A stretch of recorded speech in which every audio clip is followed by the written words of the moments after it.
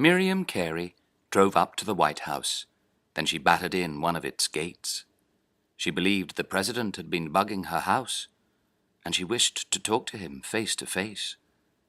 Immediately, her car was surrounded by cops.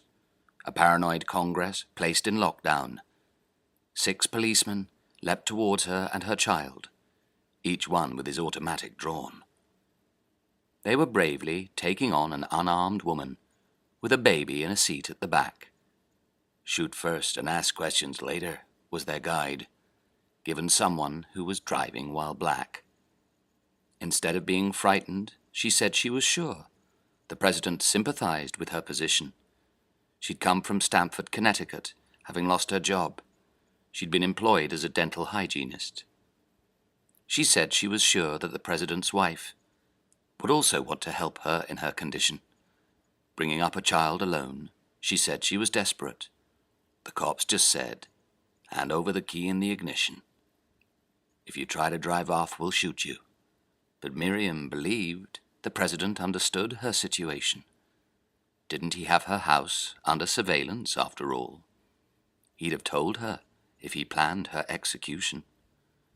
Hadn't she voted for the president, and didn't she love his wife?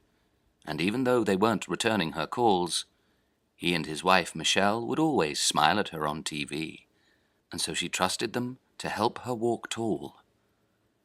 She wanted to see them both before driving back. She had to have something to hope for. Her life had ground to a halt. She could see no way out. But now the police were trying the door. She panicked, turned the key, and pressed the gas to escape those who refused to understand. Then she'd learn their communication skills were confined to firing bullets from the state's dead hand. Her baby was alive and taken into protective custody. Miriam Carey was taken to the mortuary. The state's rotten teeth had bitten her to death in defense of its spurious authority. Later, the U.S. Congress singled out D.C.'s police to give them a standing ovation.